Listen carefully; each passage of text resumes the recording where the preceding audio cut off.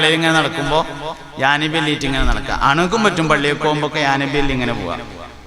എന്നാ ഒന്നുകൂടി ചൊല്ലി, യാ നബി സലാം അലൈക്കും, യാ റസൂൽ സലാം അലൈക്കും, യാ ഹബീബ് സലാം അലൈക്കും, സലവാത്തുല്ലാഹ് അലൈക്കും. എല്ലാ വിഷയത്തിലും പുണ്യനബിയെ മാതൃകയാക്കണം സല്ലല്ലാഹു അലൈഹി വസല്ലം. അപ്പൊ നമ്മളൊന്ന് ചിരിക്കുകയാണെങ്കിൽ നബി തങ്ങൾ ചിരിച്ച മാതിരി ചിരിക്കണം സല്ലല്ലാഹു അലൈഹി വസല്ലം.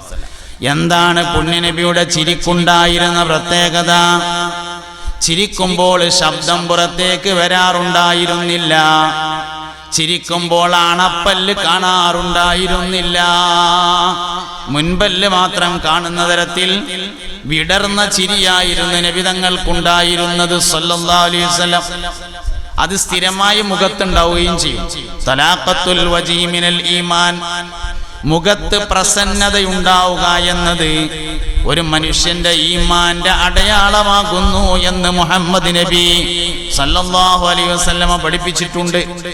അങ്ങനെ എല്ലാ കാര്യങ്ങളും നബി തങ്ങൾ നടന്നു വരികയാണെങ്കിൽ കഅന്നമാ യൻഹത്തു മിൻ സമമിൻ, ഒരു ചെറിയ കുന്നിൻ മുകളിൽ നിന്ന് ഇറങ്ങി വരുന്നത് പോലെയായിരുന്നു. കുന്നും മുകളിൽ നിന്ന് ഇറങ്ങി വരുമ്പോ എന്താ, മുന്നിലേക്കൊരൽപ്പം കുനിഞ്ഞിട്ടുണ്ടാവും, സ്പീഡിൽ നടക്കും.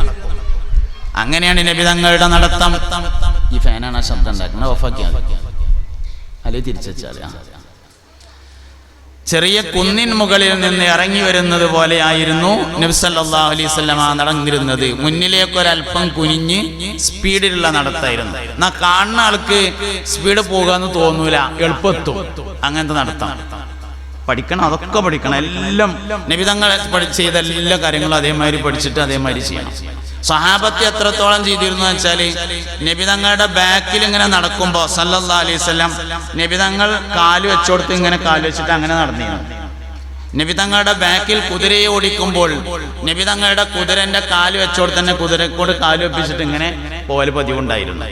അതിലൊന്നാമനായിരുന്നു മുത്തബിഉസ് സുന്ന എന്ന പേരിൽ പ്രസിദ്ധനായ സയ്യിദുന അബ്ദുല്ലാഹി ഇബ്നു ഉമർ റളിയല്ലാഹു അൻഹു എന്ന മഹാനുഭാവൻ.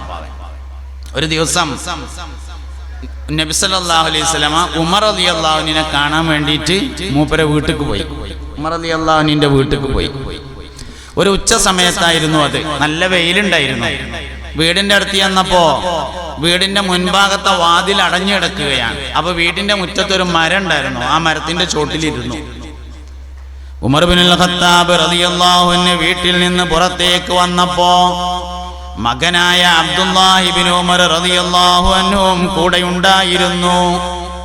വാതിൽ തുറന്നു നോക്കിയപ്പോ മുത്തുനബി സല്ലല്ലാഹു അലൈഹി വസല്ലം ഒരു മരത്തിന്റെ താഴ്ഭാഗത്തിരിക്കുന്നത് അബ്ദുല്ലാഹി ഇബ്നു ഉമർ കണ്ടു. വീട്ടിലേക്ക് കയറി സംസാരമെല്ലാം കഴിഞ്ഞു. നബി തങ്ങൾ പോയപ്പോ ഇബ്നു ഉമർ റളിയല്ലാഹു അൻഹു ഒരു പാത്രത്തിൽ വെള്ളമെടുത്തു വന്നിട്ട് ആ മരത്തിന്റെ താഴെ ഒഴിച്ചു കൊടുത്തു. പിന്നീട് എല്ലാ ദിവസവും ആ മരത്തിന് വെള്ളമൊഴിച്ചു കൊടുക്കും. ഇത് കണ്ടപ്പോൾ സഹാബത്ത് ചോദിച്ചു, അല്ലയോ അബ്ദുല്ലാഹി ഇബ്നു ഉമർ, ഈ മുറ്റത്ത് ഒരുപാട് മരങ്ങളുണ്ടല്ലോ, ആ മരങ്ങൾക്കൊന്നും വെള്ളമൊഴിച്ചു കൊടുക്കാതെ ഈ ഒരു മരത്തിന് മാത്രം നിങ്ങൾ എന്താണ് വെള്ളമൊഴിച്ചു കൊടുക്കുന്നത്? അപ്പോൾ പറഞ്ഞു, ഈ മരത്തിന്റെ താഴ്ഭാഗത്ത് മുസ്തഫായ നബി സല്ലല്ലാഹു അലൈഹി വസല്ലമ തങ്ങൾ ഇരിക്കുന്നത് ഞാൻ കണ്ടിട്ടുണ്ട്. എന്റെ ജീവിതകാലത്ത് ഇനി ആ മരം ഉണങ്ങുന്നതിന് ഞാൻ ഇഷ്ടപ്പെടുന്നില്ല. എല്ലാ ദിവസവും വെള്ളം പറഞ്ഞു കൊടുക്കും. അങ്ങനെയാണ് സഹാബത്ത് റളിയല്ലാഹു അൻഹു ചെയ്തിരുന്നത്. നമ്മൾ ചെയ്യുന്ന എല്ലാ കാര്യങ്ങളും നബിതങ്ങളുമായി ബന്ധപ്പെടുത്തണം സല്ലല്ലാഹു അലൈഹി വസല്ലം. ഈ ലോകത്ത് എന്തെല്ലാം സംഭവിച്ചിട്ടുണ്ടോ അത് മുഴുവനും നബിതങ്ങൾക്ക് വേണ്ടിയാണ്. ഈ ലോകത്ത് എന്തെല്ലാം സംഭവിക്കാതിരുന്നിട്ടുണ്ടോ അതും മുഹമ്മദ് നബിക്ക് വേണ്ടിയാണ്. ഈ ലോകത്ത് ഇനി എന്തെല്ലാം സംഭവിക്കാൻ പോകുന്നുണ്ടോ അതും മുഹമ്മദ് നബിക്ക് വേണ്ടിയാണ്. ആദം നബി അലൈഹി സ്വലാം സ്വർഗത്ത് നിന്ന് ഭൂമിക്ക് വന്നത് മുഹമ്മദ് നബിക്ക് വരാനാണ്. ലോകത്ത് എന്തെല്ലാം സംഭവിച്ചിട്ടുണ്ടോ അതൊക്കെ മുഹമ്മദ് നബിക്ക് വേണ്ടിയിട്ടാണ്. ഇബ്രാഹിം നബി അലൈഹി സ്വലാം കഅബ ഉണ്ടാക്കിയത് മുഹമ്മദ് നബിക്ക് വേണ്ടിയായിരുന്നു. അത് ഇബ്രാഹിം നബി തന്നെ പറയുകയും ചെയ്തിട്ടുണ്ട്. റബ്ബനാ വബ്അസ് ഫീഹിം റസൂലാ. കഅബ ഉണ്ടാക്കിയതിന് ശേഷം പറഞ്ഞതാണ്. കഅബ ആദ്യമായി നിർമ്മിച്ചത് മലക്കുകളാണ്. ആദം നബി അലൈഹി ഇസ്ലാമിന്റെ മുമ്പാണെന്നും സയ്യിദുന അബുൽ ബഷറായ ആദം നബി അലൈഹി ഇസ്ലാമിന്റെ കാലത്തു തന്നെയാണെന്നും അഭിപ്രായം. എന്തായാലും മലക്കുകളാണ്. ആദ്യം കഅബ ഉണ്ടാക്കിയത് മലക്കുകളാണ്. ആ കഅബ നൂഹ് നബി അലൈഹി ഇസ്ലാമിന്റെ കാലഘട്ടത്തിൽ വലിയ വെള്ളപ്പൊക്കമുണ്ടാക്കിയിട്ട് അള്ളാഹു പൊളിച്ചു. ആരെ പൊളിച്ചു? അള്ളാഹ് തന്നെ പൊളിച്ചു. കഴിഞ്ഞ കൊല്ലത്തിന് മുന്നത്തെ കൊല്ലം വെള്ളപ്പൊക്കം ഉണ്ടായപ്പോ ചില സ്ഥലമൊക്കെ പിന്നെ വെള്ളം കയറിയിട്ട് പൊളിയാതെ നിന്നുണ്ടല്ലോ. അതേമാതിരി ആണെങ്കിൽ ആക്കിയാൽ മതി. അത് പൊളിഞ്ഞോട്ടെ, കുഴപ്പമില്ല. അള്ളാഹു തആല പൊളിച്ചു. അതിനുശേഷം ഇബ്രാഹിം നബി അലൈഹി ഇസ്ലാം കഅബയുണ്ടാക്കി.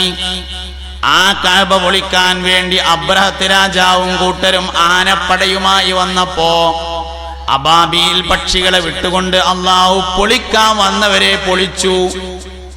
ഒരു കഅബ അള്ളാഹു തന്നെ പൊളിച്ചു, രണ്ടാമത്തെ കഅബ പൊളിക്കാൻ അയച്ചില്ല. എന്താ രണ്ട് കഅബയും തമ്മിൽ വ്യത്യാസം? ആദ്യത്തേത് മലക്കുകൾ ഉണ്ടാക്കി, രണ്ടാമത്തേത് ഇബ്രാഹിം നബി അലൈഹി ഇസ്ലാം ഉണ്ടാക്കി. അങ്ങനെ നോക്കുകയാണെങ്കിൽ പൊളിയാതിരിക്കേണ്ടത് മലക്കുകൾ ഉണ്ടാക്കിയതാണ്. പക്ഷെ ഇവിടെ പൊളിയാതിരുന്നത് ഇബ്രാഹിം നബി ഉണ്ടാക്കിയതാണ്. എന്തേ കാരണം?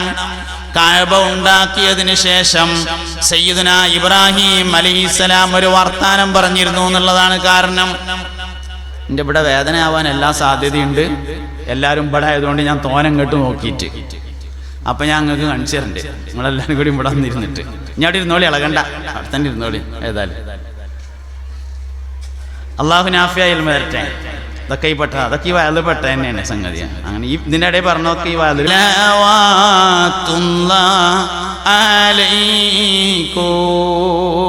ഒരിക്കൽ നബി സല്ലല്ലാഹു അലൈഹി വസല്ലം തങ്ങൾ ഒരു ഈത്തപ്പനത്തോട്ടത്തിലൂടെ ഇങ്ങനെ നടന്നു പോകുന്നു. അപ്പോൾ ആ ഈത്തപ്പനത്തോട്ടത്തിൽ ഒരു ഒട്ടകം നിൽക്കുന്നുണ്ട്. മുത്തുനബി സല്ലല്ലാഹു അലൈഹി വസല്ലമയെ കണ്ടപ്പോൾ ഒട്ടകം കരഞ്ഞു. അപ്പോൾ നബി തങ്ങൾ അടുത്തേക്ക് ചെന്നു, ഒട്ടകത്തെ ഇങ്ങനെ തലോടി. അതിനുശേഷം ആ ഒട്ടകത്തിന്റെ യജമാനനെ വിളിച്ചു. എന്നിട്ട് ചോദിച്ചു, ആരാണ് ഇതിന്റെ യജമാനൻ? ഈ ഒട്ടകത്തിന് ഭക്ഷണവും വെള്ളവും കൊടുക്കുന്നില്ല എന്നതെന്നോട് പരാതി പറയുകയാണ് എന്ന് പറഞ്ഞു. സുവോളജി എത്ര പുരോഗതി പ്രാപിച്ചാലും മൃഗങ്ങളുടെ സംസാരം മനസ്സിലാക്കാൻ ഇന്നും കഴിഞ്ഞിട്ടില്ല. അത് ചിലപ്പോൾ നമ്മളിങ്ങനെ പറയുമ്പോൾ തോന്നും അതിപ്പോ ഒരു തോട്ടത്തിൽ നിന്നാണ്ട് ഇങ്ങനെ ഒരു പിന്നെ ഒട്ടകം ഇങ്ങനെ കരഞ്ഞാല് വെള്ളം കിട്ടിയില്ല എന്ന് തന്നെയല്ല അതിൻ്റെ അർത്ഥം എന്ന് തോന്നും ചിലപ്പോൾ. അത് മനസ്സിലാക്കിയ ഷറഫലന മൗലിദിന്റെ മുസന്നിഫ് എന്ത് ചെയ്തു എന്നറിയോ? അതിൻ്റെ ഒപ്പം ഒരു കാര്യം കൂടിയും പറഞ്ഞു. ഒറ്റ കാര്യം പറഞ്ഞില്ല, രണ്ടാമത്തെ കാര്യം പറഞ്ഞു. ഇന്ദക്കല്ലബിയുൻ നഫൂറു, അത് വേറെ സംഭവമാണ്. ഒരിക്കൽ മുസ്തഫ നബി സല്ലല്ലാഹു അലൈഹി വസല്ലം തങ്ങൾ ഇങ്ങനെ നടന്നു പോകുന്ന സമയത്ത് ഒരു വേട്ടക്കാരൻ കാട്ടിൽ പോയി ഒരു മാനിനെ വേട്ടയാടി കൊണ്ടുവന്നിരിക്കുന്നു. നബി തങ്ങളെ കണ്ടപ്പോൾ മാന് കരഞ്ഞു. അതിൻ്റെ അടുത്തേക്ക് ചെന്നു വേട്ടക്കാരനോട് പറഞ്ഞു, വേട്ടക്കാരാ, ഈ മാനിന് ചെറിയ കുട്ടികളുണ്ട് എന്നാണ് അത് പറയുന്നത്. ഒരിക്കൽ കൂടി കാട്ടിലേക്ക് പോയി അതിൻ്റെ കുട്ടികൾക്കൊന്നുകൂടെ മുലയൂട്ടിയതിനു ശേഷം യാത്ര പറഞ്ഞു വരാം എന്ന് പറയുന്നുണ്ട് എന്ന് പറഞ്ഞു. വേട്ടക്കാരൻ ചോദിച്ചു, മുഹമ്മദേ സല്ലല്ലാഹു അലൈഹി വസല്ലം, ഈ മാന് കാട്ടിലേക്ക് പോയി തിരിച്ചു വരുമെന്നോ? ഇതിനാണ് കാട്ട് കിട്ടാതെ പിന്നീട് വരുന്നത് പറഞ്ഞു.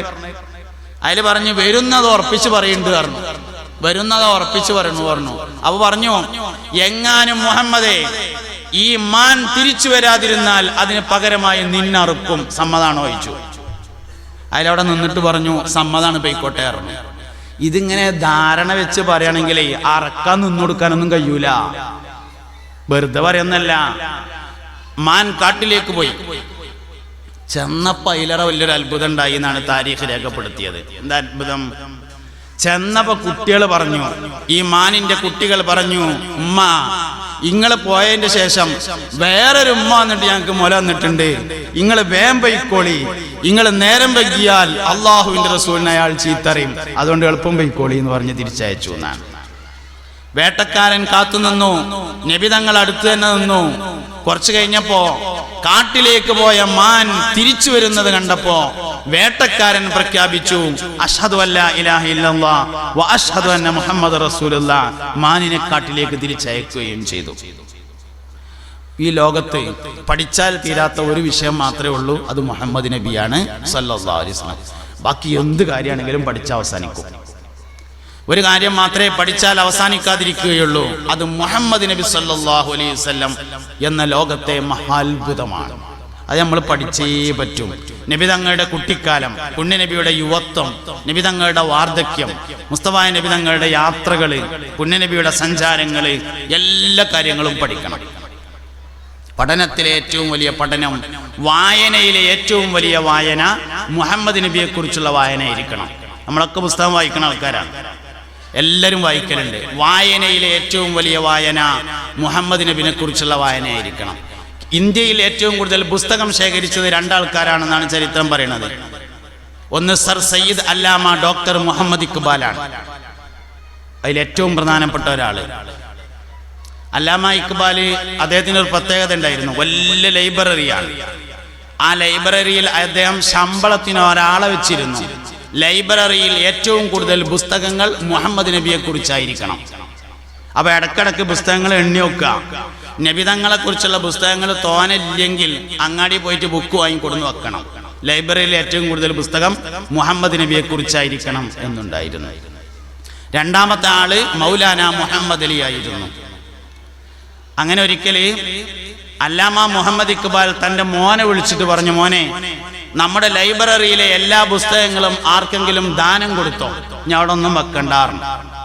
അപ്പൊ മോൻ ചോദിച്ചു, വാപ്പ, നമ്മുടെ ലൈബ്രറിയിൽ നബിതങ്ങളെ കുറിച്ചായിരിക്കണം ഏറ്റവും കൂടുതൽ പുസ്തകങ്ങൾ എന്ന് നിങ്ങൾ എപ്പോഴും പറയാറില്ലേ? അതൊരു മുസാഫ് മാത്രം ബാക്കി വെച്ചാൽ എങ്ങനെ യാഥാർത്ഥ്യമാകാനാണ് എന്ന് ചോദിച്ചു. അതിൽ പറഞ്ഞു, ഖുർആൻ മുഴുവനും മുഹമ്മദ് നബിയാണ് പറഞ്ഞു സല്ലല്ലാഹു അലൈഹി വസല്ലം.